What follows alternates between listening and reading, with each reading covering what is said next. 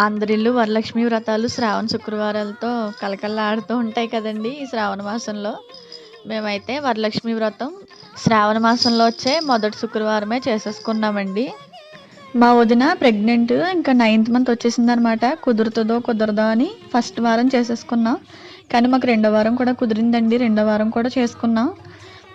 ఈ మధ్య ఒక 4 ఇయర్స్ నుంచి అనుకుంటా 2 సార్లు వరలక్ష్మి వ్రతం అవుతుంది మా ఇంట్లో.